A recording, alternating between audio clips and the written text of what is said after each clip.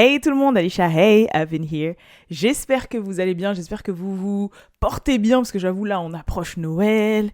Là, va falloir commencer à se creuser la tête pour savoir quel cadeau faire à qui et tout. Donc, franchement, personnellement, moi, je suis à la ramasse totale, sachant qu'en plus, j'ai que des gens autour de moi où c'est trop difficile de savoir ce qu'ils veulent. Franchement, Tu sais, quand les gens, ils ont déjà plus ou moins tout, tu sais pas vraiment, c'est dur. Ou sinon, il faut des cadeaux trop grave chers. Genre des cadeaux, tu dis, wesh, je vais pas mettre 300 € pour lui faire plaisir, tu vois. Genre, franchement, faut pas abuser. J'aime bien les gens, mais bon, on a des projets à réaliser, tu vois. C'est vrai que c'est un peu ça. Mais en tout cas, voilà, c'est parti, nouvelle semaine. J'espère que vous préparez un petit peu aussi vos résolutions pour la nouvelle année qui arrive à grands pas. Voilà. Moi, je prépare aussi la Christmas Week, j'avoue, à faire sur What's Up Girl. Et sinon, comme vous avez vu, le format a un petit peu changé. Maintenant, on est aussi un podcast, ok. Voilà, le What's Up Pod. Donc, c'est-à-dire qu'il est disponible sur toutes les plateformes de streaming, bien évidemment. Donc, ce sera du lundi au vendredi à 20h, parce qu'il était temps que votre go mette une récurrence, parce que les j'arrive sur vous à n'importe quel moment, au bout d'un moment...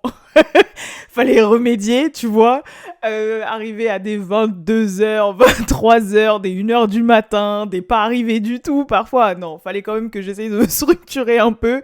Donc voilà, ce sera du lundi au vendredi à 20h, en version vidéo sur YouTube et puis en version audio sur toutes les plateformes de streaming. Et bien évidemment, le WhatsApp Pod est présenté par Rare Bootleg. Voilà, votre site si vous voulez avoir des t-shirts à l'effigie de vos personnalités préférées. Si vous me regardez sur YouTube, le lien est dans la description. Et si jamais vous êtes en train de m'écouter, du coup, c'est sur rarebootleg.com, ok, rarebootleg.com. So, dans ce WhatsApp Pod, on va parler de plusieurs sujets. Bien évidemment, tea, ok, go see What's Up Girl, ok. Mais on va parler aussi de news et de plein d'autres choses. En vrai, vous allez voir, de toute façon, ça va pas très loin de ce que vous connaissez déjà. Première chose dont je vais vous parler, parce que là, it's time for the tea. You know what time it is. It's time to gossip, ok. J'ai entendu dans la street des petites rumeurs, des petits trucs qui circulent. D'ailleurs, non, attends, purée, franchement, yo girl... Pour ceux et celles qui suivent What's Up Girl sur le Instagram, d'ailleurs je vous invite vraiment à aller suivre le média aussi sur Instagram, je vous avais fait une news il y a quelques semaines, quelques jours en disant les rumeurs dans la street, là, les petits doigts de la street qui dit que Keke Palmer était enceinte. Qui avait raison? Who got it right? C'est What's Up Girl encore une fois. Voilà, elle vient d'annoncer officiellement, quand elle a présenté le Saturday Night Live, qu'elle était enceinte. Mais bon, voilà, si vous faisiez vraiment partie du What's Up Gang, vous auriez déjà été au courant. Depuis, tu vois. Bon, après, je sais, oui, il y a énormément de gens qui débattent. Ouais, ça se fait pas d'annoncer des grossesses avant que les gens veuillent les annoncer et tout ça. Bon, malheureusement, c'est le game, hein, mais je suis obligée, tu vois, pour montrer un petit peu la véracité. Mais, voilà, ouais, Keke Palmer a annoncé qu'elle était enceinte. Franchement, moi, ça me fait trop plaisir parce que j'ai trop l'impression que c'est une sœur qui annonce qu'elle est enceinte, donc de son chéri. Il y a plein de gens qui savent pas trop qui est son chéri. Bon, c'est un jeune homme qui est un peu dans l'industrie. C'est le frère d'un acteur qui apparaît dans la série de Issa Rae. Et voilà, il est pas trop connu, mais ils sont cute together. Et puis voilà, et je crois qu'ils se sont mis ensemble. Ils sont ensemble depuis 2021. Ils se sont rencontrés à un événement de Didi, un truc du style. Et depuis, voilà. Et puis Keke, je pense qu'elle était bien avec lui. Elle s'est dit, c'est le bon. Je pense que, voilà, elle approche la trentaine. Elle s'est dit, je veux bien faire un bébé. Et je sais pas, Keke, je la vois bien, tu vois. Moi, elle me dégage trop une vibe de Whitney Houston. Je sais pas si vous avez déjà vu des vidéos de Whitney Houston, comment elle se comportait avant dans les interviews, un petit peu son franc-parler, ses gimmicks et tout. Genre, Keke Palmer, elle me fait clairement penser à Whitney dans ses gimmicks. Mais bref, tout ça pour dire que, voilà, on grandit. Ceux qui ont vu Keke dans des films quand elle était petite, ou dans ses séries enfants sur le satellite, notre amie Keke attend un bébé. Et franchement, ça fait trop plaisir. Et What's Up Girl, vous l'avez dit depuis un moment. Bref, et d'ailleurs, en parlant de You know what time it is, it's time to gossip. En parlant de bébé, du coup, il y a une rumeur qui circule. Vous allez dire, wesh, Alicia, t'abuses avec tes rumeurs de grossesse qui s'avèrent vraies. J'espère que celle-là est fausse. Je sais pas pourquoi, mais bon, comme ça. Il y a une petite rumeur aussi dans la street qui circule comme quoi Drake, Drizzy Drake attendrait son deuxième enfant, encore avec une modèle russe, genre baby mama, tout ça. Lui, voilà, bref, t'as capté. Rappelez-vous que déjà son premier fils Adonis, il l'avait... Enfin non, c'est pas son fils qui cachait aux yeux du monde, c'était le monde qui cachait aux yeux de son fils, si je reprends ses propos.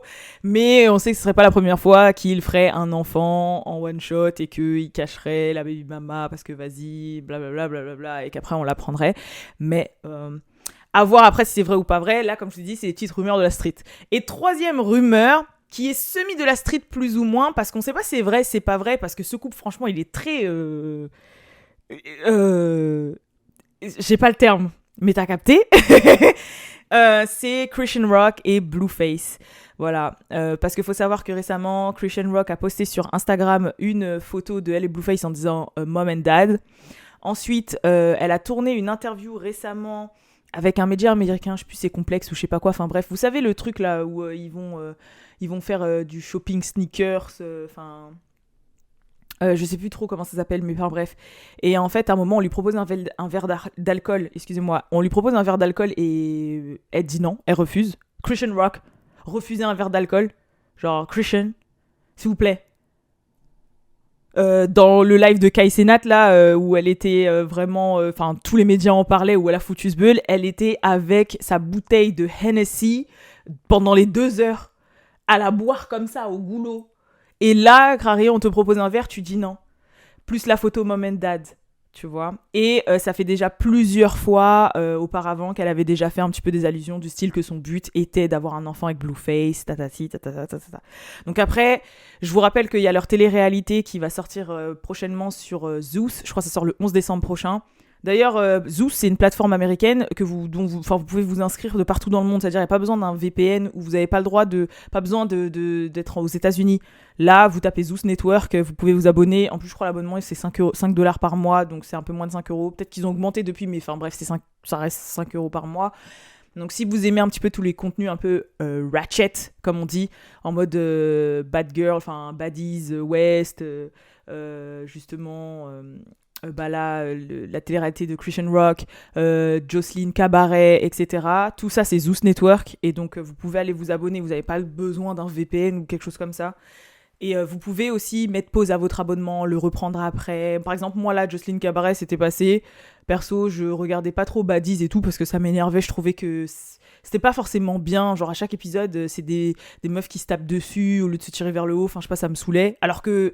c'est pas comme si j'aimais pas les bagarres, les insultes et tout, hein, tu vois, Love and Hip Hop, je suis là, tout ça, mais il y avait quand même un fond un peu...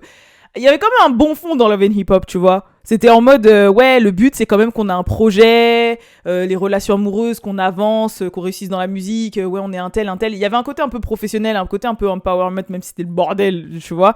Mais là, Baddies, c'est vraiment genre, on prend des meufs qui doivent se comporter mal, ensemble, et leur but, c'est que de se taper dessus et que de s'insulter, pour des raisons de merde, en fait, tu vois. Du coup, c'est pour ça que, je sais pas, au bout d'un moment, ça faisait trop surfait, donc j'ai arrêté. J'ai mis pause mon abonnement. Et là, par contre, pour Christian Rock et Blueface, je vais le réactiver très très vite. Voilà, donc après, à savoir si c'est vrai ou pas vrai. Et enfin, le dernier, you know what time it is, time to gossip. Latto et 21 Savage. Donc Latto a récemment unfollow 21 Savage. Faut savoir que ça fait déjà plusieurs mois, voire années, je crois depuis 2020 qu'on leur prête une relation aux deux. Et en fait, récemment, il y a 21 Savage qui a tenu des propos dans un clubhouse. Vous savez, là, ça ressemble un peu au Twitter Space et tout. C'est les espèces de rooms, là, où en fait, tu parles et tout à voix haute, etc.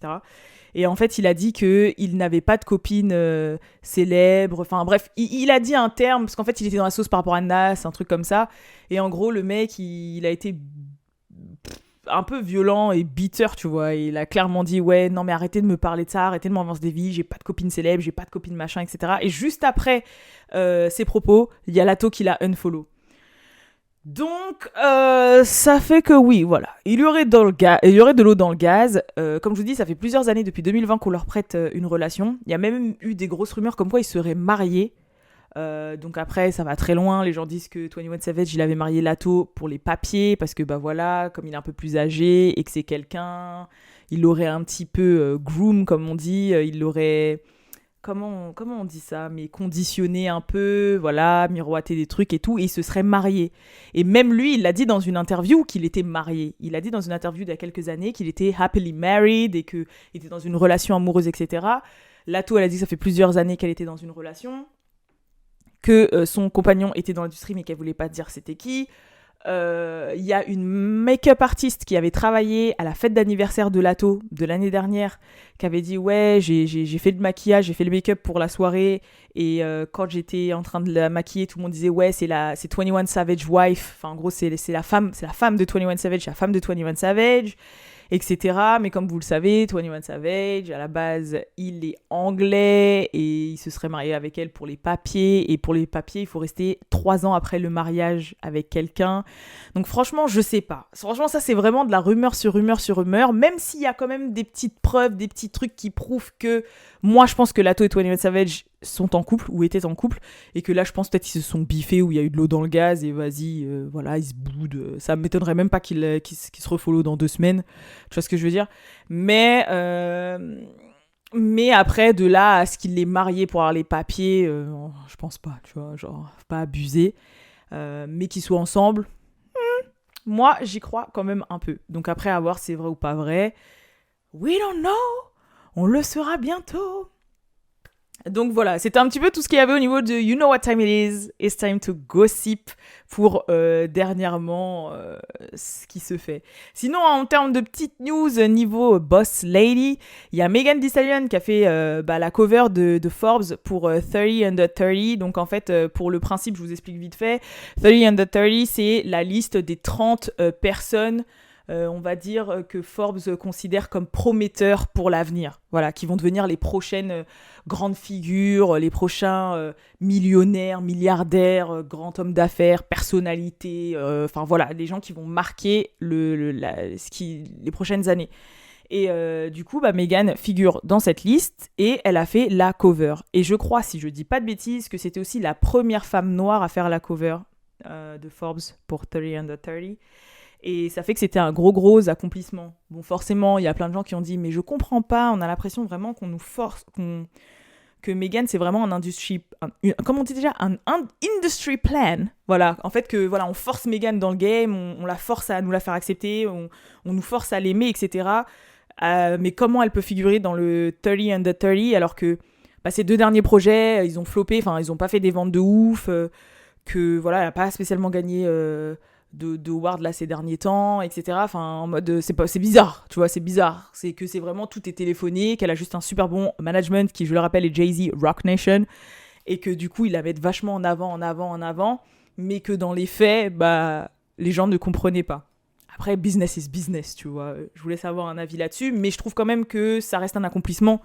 Au final, ça reste quelque chose de bien, tu vois.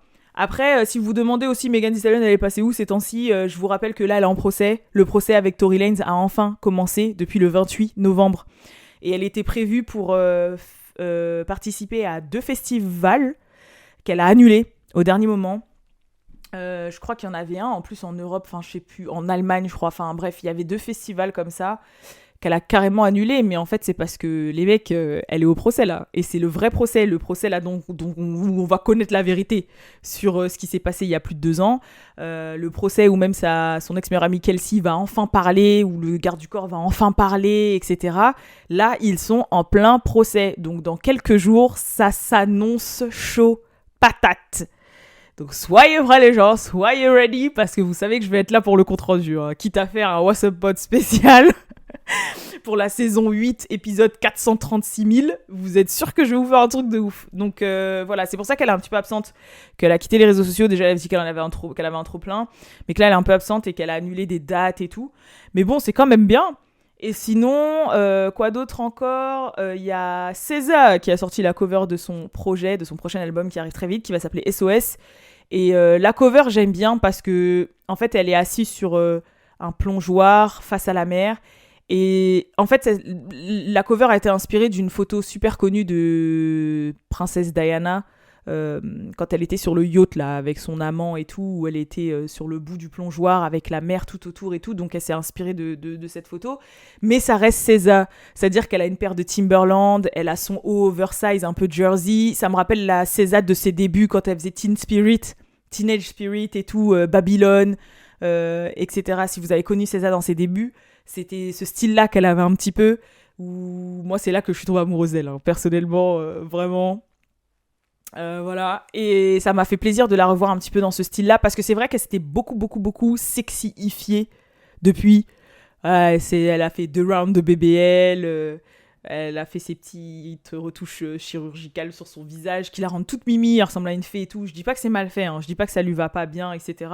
Ça reste César, mais c'est vrai que là, de retrouver un petit peu la César d'avant dans la cover, et pas forcément la César super sexy, ça m'a fait grave plaisir. Et de toute façon, je sais que César, que ce soit tous ses projets, pour moi, ça a été des projets que j'ai saigné. Genre Control, je l'ai vraiment saigné de ouf. Z, je l'ai saigné de ouf. Même ses mixtapes d'avant.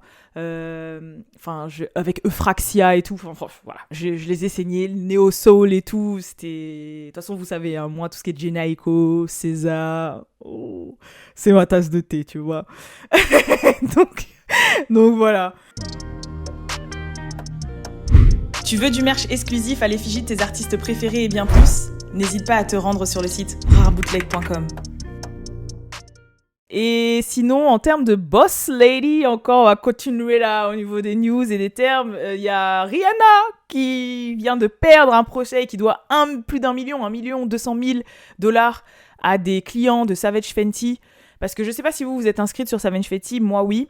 En fait, elle a mis un système un peu d'abonnement. C'est-à-dire que quand vous faites un achat, après, vous êtes abonné et vous allez être prélevé à peu près 50 € tous les mois. Et les 50 €, ils sont mis de côté. Et comme ça te fait une cagnotte. Et quand tu as envie de faire une bonne commande ou il y a des articles qui te plaisent, tu peux commander et ensuite tu reçois chez toi. Sauf que, en fait, toi, au départ, tu le sais pas. C'est après, tu vois, tous les mois, tu es prélevé de 49 et quelques balles de Savage X Fenty. Tu dis, wesh. Mais en fait, c'est un abonnement. Il y avait... je crois que c'est Just Fab. Je sais plus. Mais il y avait un site de chaussures à l'ancienne qui faisait ça. Où genre c'était sous forme d'abonnement, tu donnais 20 € et à force après tu pouvais choisir une paire tous les mois. Il y avait un truc comme ça dans les années genre 2014, 15, 16 là. Je crois que c'était Just Fab, hein. Je sais plus, je me rappelle plus. Mais en gros c'est un peu le même système. Et en fait, il y a plein de gens qui ont porté plainte contre ça en disant ouais qu'eux ils n'avaient pas donné leur accord pour l'abonnement, que c'était pas clair, que pour se désabonner c'était compliqué et tout. Et ils ont gagné et du coup Rihanna, on dit Rihanna pour faire un raccourci, mais en vrai c'est la société Lingerie, je sais pas quoi là, qui va devoir les dédommager et en fait leur rembourser ce qu'ils leur ont pris parce que ils ont déduit que ouais c'est un fait, ils étaient pas au courant qu'ils allaient être prélevés. Donc c'est un petit L, c'est un petit L, c'est lose, tu vois, c'est un petit bas hein, pour Riri, mais en soi c'est pas qu'est-ce que 1 million quand on est milliardaire. Je dis ça, je dis rien, non, je rigole. Non, mais je peux comprendre aussi les gens. Moi, ça m'arrange, j'avoue, le système VIP, là, ça m'arrange. En plus, tu peux sauter des mois. Faut juste veiller à bien te connecter et à dire que tu veux sauter le mois prochain avant le 5 du mois. Mais des fois, moi, ça m'arrange, j'avoue. Genre, par exemple, là, elle a sorti une collection spéciale fitness, sport et tout. Comme j'ai repris le sport, ça m'intéressait de savoir ce que Riri faisait au niveau du sport. Donc, j'ai vu que j'avais un certain budget parce que je suis abonnée, j'ai cet abonnement-là. Et j'ai pu commander des vêtements. Donc, du coup, moi, toutes les fois là où c'est passé, ça m'a arrangé. Mais c'est vrai que 50 € par mois, des fois, quand t'as pas forcément les moyens ou quand c'est un petit peu ric-rac et que tu vois le truc passer, voilà, ça fait un petit peu mal, tu vois, ça fout un petit peu les boules. Mais bon, voilà, quoi. Et enfin, on va parler des 2 big topics, dont j'ai vraiment envie de discuter avec vous, tu vois. C'est... Par quoi je vais commencer ? Parce que j'ai Saweetie et j'ai Cardi B.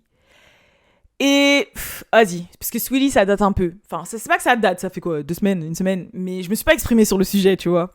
Saweetie et ses 2000 ventes là. Saweetie et ses 2000 ventes première semaine pour son EP The Single Life.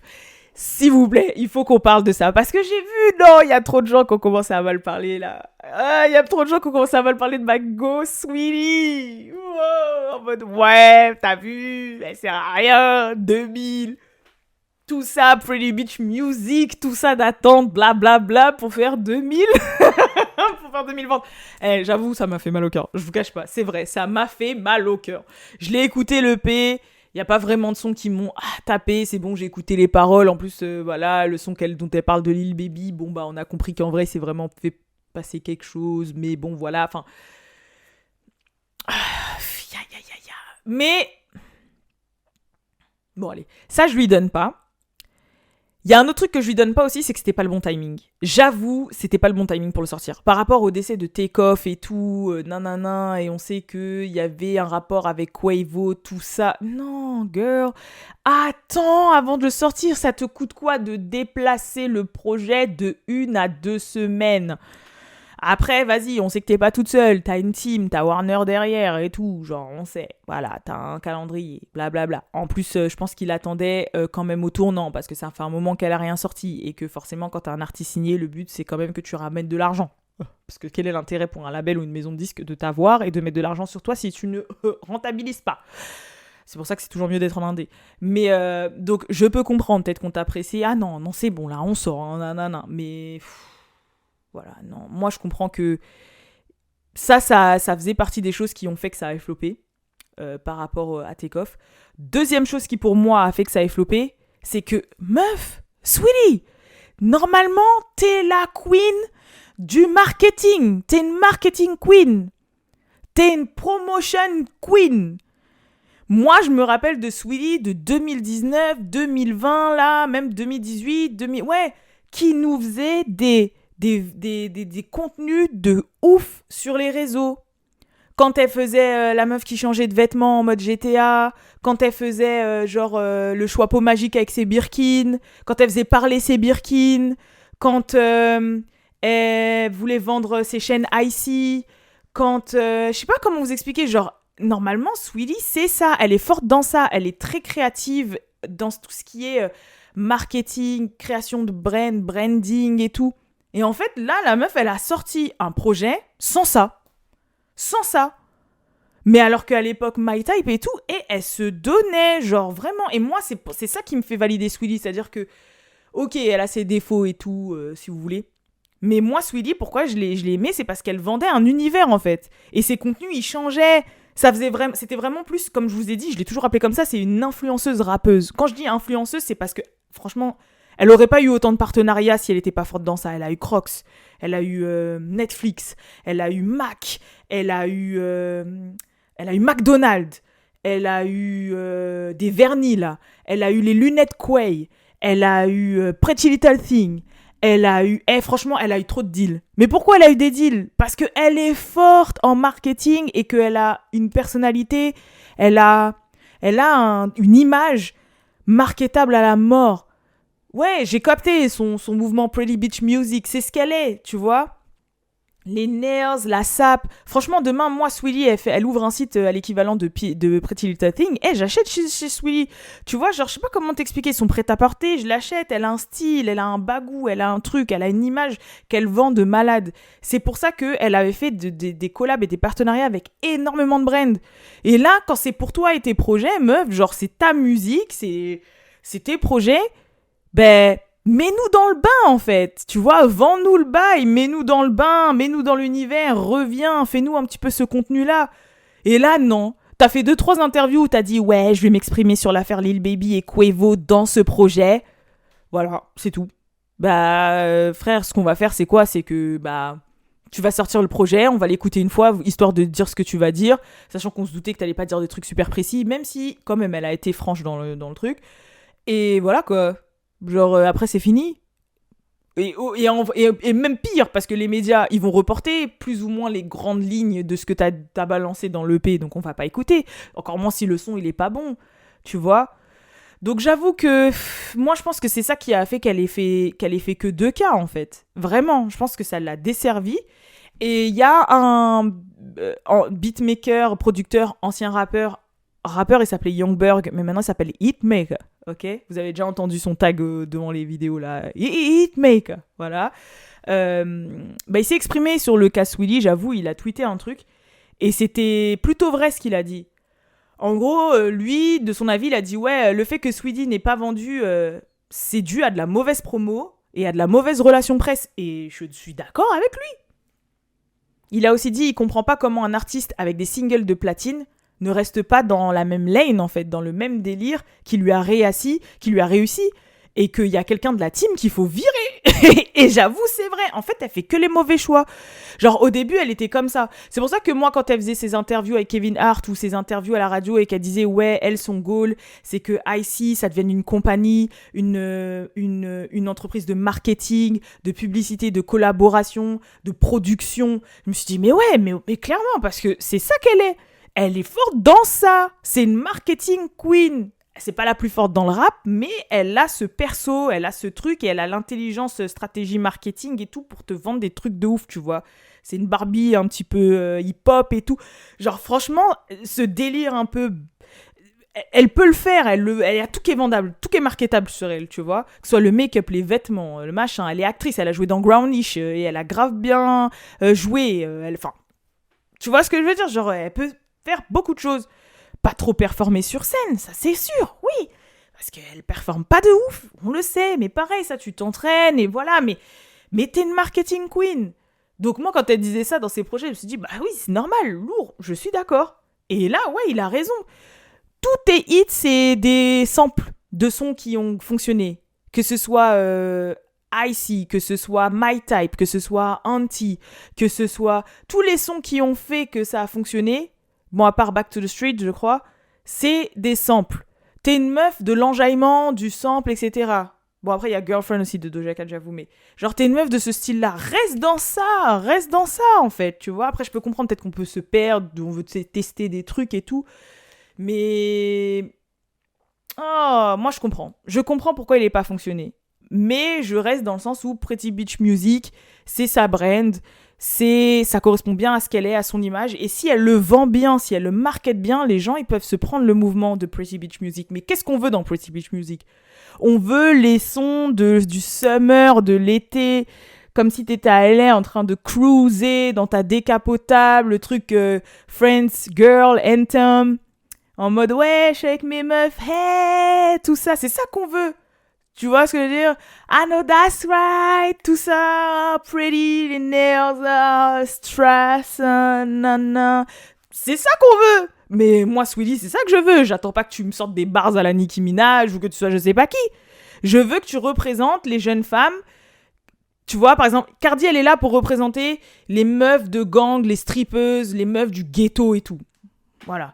Nicki, légende vivante, il n'y a rien à dire, c'est Nicki et elle a quand même ses propres combats.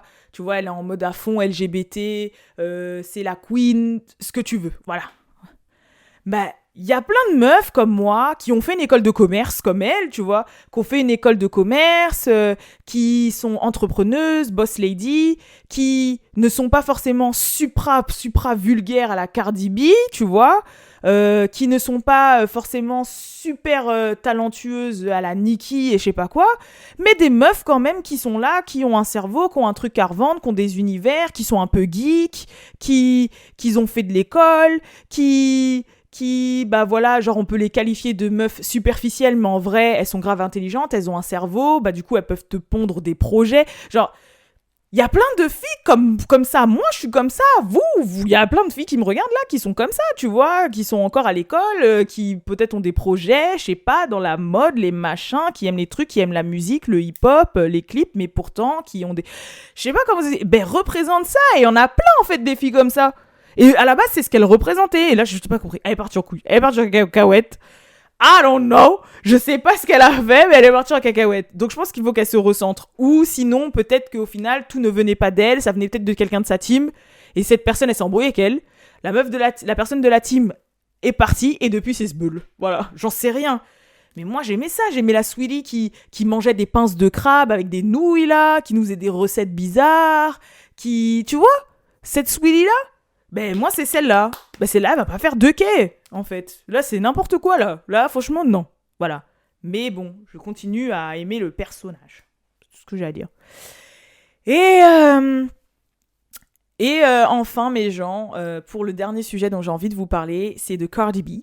Parce qu'elle a fait récemment une performance au Art Basel. Donc si vous savez pas ce que c'est, en fait c'est à Miami. En Floride, à Miami, l'hiver, il y a un grand festival un peu axé sur l'art. Voilà, c'est un peu où il y a plein d'événements, il y a des showcases, il y a des vernissages, il y a plein de trucs. Donc en fait, si jamais vous allez à Miami, novembre, décembre, janvier et tout, les prix triplent, sachez-le. En fait, c'est l'endroit où il y a toutes les célébrités qui vont là-bas, parce qu'il y a énormément d'événements et tout. C'est la période haute, en fait. Ça fonctionne un peu... Bah en fait, de toute façon, la Floride, c'est un peu le climat des Antilles, tu vois. Les Antilles, t'as la période de l'été, où bah, t'as forcément... tous les gens qui habitent l'Hexagone, qui sont originaires de là-bas, qui vont pour les vacances, ou les gens qui attendent les vacances scolaires pour y aller, etc. Et donc ça, c'est une période quand même haute. Après, septembre, octobre, c'est creux. Et après, novembre, décembre, janvier, février, c'est là, ça remonte parce qu'il y a Noël, chanter Noël, il fait froid dans les pays d'Europe ou les pays l'Amérique du Nord, donc les gens, ils vont dans les Caraïbes. Il y a les carnavals. Dans les Caraïbes, à ce moment-là, de fin janvier à début mars, c'est la période où il y a les carnavals et tout. Du coup, bah, c'est une période haute. Mais c'est une période haute en mode privilégié, tu vois. C'est une période haute où bah, c'est pas tout le monde qui a les moyens d'aller en vacances dans les Caraïbes au mois de décembre, tu vois. C'est les gens qui ont un certain budget ou qui ont une certaine liberté ou qui peuvent se le permettre, tu vois. Et du coup, bah, la Floride, ça fonctionne aussi un peu comme ça. Donc, il faut savoir que en novembre, décembre, janvier, c'est là où les célébrités vont en Floride pour fuir le froid de New York, le froid de Chicago, le froid de je sais pas d'où, là. Même à LA, hein, croyez pas, mais il fait froid en décembre. Hein. L'hiver, tu mets un manteau hein, le soir. Hein. Et Las Vegas aussi, c'est trop bizarre, mais il caille de ouf, tu vois. Genre, autant l'été, il fait 45 degrés, mais en décembre, mon Dieu, t'es en doudoune, tu vois. Et du coup, bah, tu vas en Floride. Miami, c'est le même temps que les Bahamas, la Martinique, la Guadeloupe, la République Dom, c'est les Caraïbes, tu vois, Cuba, c'est le même temps. Et ça fait que, à cette période-là, du coup, parce que c'est là où il y a toutes les personnalités, il y a un truc qui s'appelle le Festival d'art. Et Cardi B, a performé pendant ce festival-là. Et elle a énormément fait parler, pour 2 raisons. La première, c'est pour sa tenue. Parce qu'elle a porté une tenue, en fait, où c'était comme si elle était nue. Genre, elle a porté un espèce de truc moulant beige, transparent, avec à la place des tétons et des poils pubiens, un espèce de tapissage qui imitait des poils pubiens, du coup. Ouais, voilà. Et donc, c'est vrai que c'était très... assez... voilà, olé olé. Et il y avait aussi le fait que, bah, du coup, quand on voyait la performance, on aurait dit que la performance était un peu cheap. Même si elle a ramené Glorilla et tout, pour les images qui sont sorties de la performance, on aurait dit que c'était un peu cheap. Donc forcément, elle s'exprimait sur Twitter parce qu'il y a quelqu'un sur Twitter qui avait dit « Ouais, donc franchement, flemme, t'es passé d'une gagnante de Grammy, genre une meuf qui a gagné des Grammy, à une meuf qui fait des vieilles performances dans le jardin de quelqu'un. » Et donc, ça n'a pas plu à Cardi B, qui s'est exprimée directement et qui a dit « Ah ouais, tu parles de vieilles performances, mais on m'a payé $1 million pour faire cette performance. » C'était une performance pour une soirée privée de banquiers d'élite. Et ils m'ont payé $1 million pour faire cette performance. Et après, elle a mis la preuve comme quoi elle avait bien été payée $1 million pour faire cette performance pour un dîner privé de banquiers d'élite. Et du coup, là, je vais donner mon avis personnel. Donc, ouais, 1 million, Cardi, c'est normal, elle a que des hits, c'est quelqu'un et tout, pas de souci. Sa tenue, bon, c'est osé, c'est olé olé. C'est plus osé olé olé de ce qu'elle a déjà fait. T'as capté ? Même moi, ça m'a un peu surpris, je me suis dit, oh. Mais, encore ça, on peut lui trouver une excuse. Mais le combo, parce qu'en fait, je sais pas si vous avez vu des extraits de cette performance. Moi, j'ai vu. Moi, j'ai vu. Il y a des moments dans cette performance, à un moment, elle prend une bouteille d'eau et elle se verse l'eau comme ça sur elle en mode... on dirait un truc de... Elle est repartie dans ses whole days, là. Là, elle est repartie dans ses stripper days, tu vois. Il y a un moment, elle est par terre, elle écarte comme ça, machin. Mais le problème, c'est que, ok, qu'elle se jette par terre, qu'elle fasse des trucs un peu subjectifs, c'est Cardi. Mais en fait, le fait qu'elle soit dans une tenue où on dirait elle est toute nue, et elle fait ça, plus l'eau comme ça, en mode machin, tu te dis, wesh, et qu'après, t'apprends que c'est pour un événement de banquier d'élite, privé. Je vous jure que moi, dans ma tête, parce que vous savez que je suis un petit peu, complotiste dans une autre vie. Non, genre, pour moi, ça fait grave PROSTIUTUE, hein. Ben moi, je suis désolée, ça fait ça. Banquier d'élite américain, événement privé, nudité et de l'eau, tout le monde me dit ça, machin, 1 million, donne 1 million, vas-y, dandine-toi toute nue et mets-toi de l'eau sur ton corps. Genre, je vous jure que moi, je l'ai mal vécu, tu vois. J'ai rien contre le fait que tu fasses un événement privé, genre même Beyoncé, elle a déjà fait des événements privés pour des derniers Qataris, ils l'ont payé je sais pas combien, les 15 minutes, les 30 minutes et tout. Eux, ils peuvent même te prendre Beyoncé pour ton anniversaire, tu vois. Voilà, même sûrement déjà fait des bar mitzvahs. Franchement, j'en sais strictement rien, t'as capté. Mais même quand on regardait avant sur MTV, les Sweet 16 et tout, pas de soucis, je n'ai pas de soucis avec ça. Mais là, je sais pas, c'était bizarre. Je l'ai vraiment senti en mode... En plus, t'avais Offset qui était comme ça, qui la regardait, et elle lui chantait des trucs, et lui la regardait comme ça. Allez, vas-y, ma femme, vas-y, fais-la, chauffe-les, ramène-les 1 million à la maison. Genre, je sais pas, c'était bizarre, oui, c'était weird. Oh, I got a phone, Oh, ok. Je sais pas, c'était étrange. Moi, en tout cas, ça m'a un petit peu brossé dans le mauvais sens du poil quand j'ai vu ça. J'ai rien contre le fait que tu fasses une performance privée et que tu sois payé pour, mais le combo de plein de trucs, je sais pas, le combo de la nudité avec l'1 million, banquier d'élite, à Miami pendant le Art Basel, je sais pas, c'était bizarre. C'était bizarre.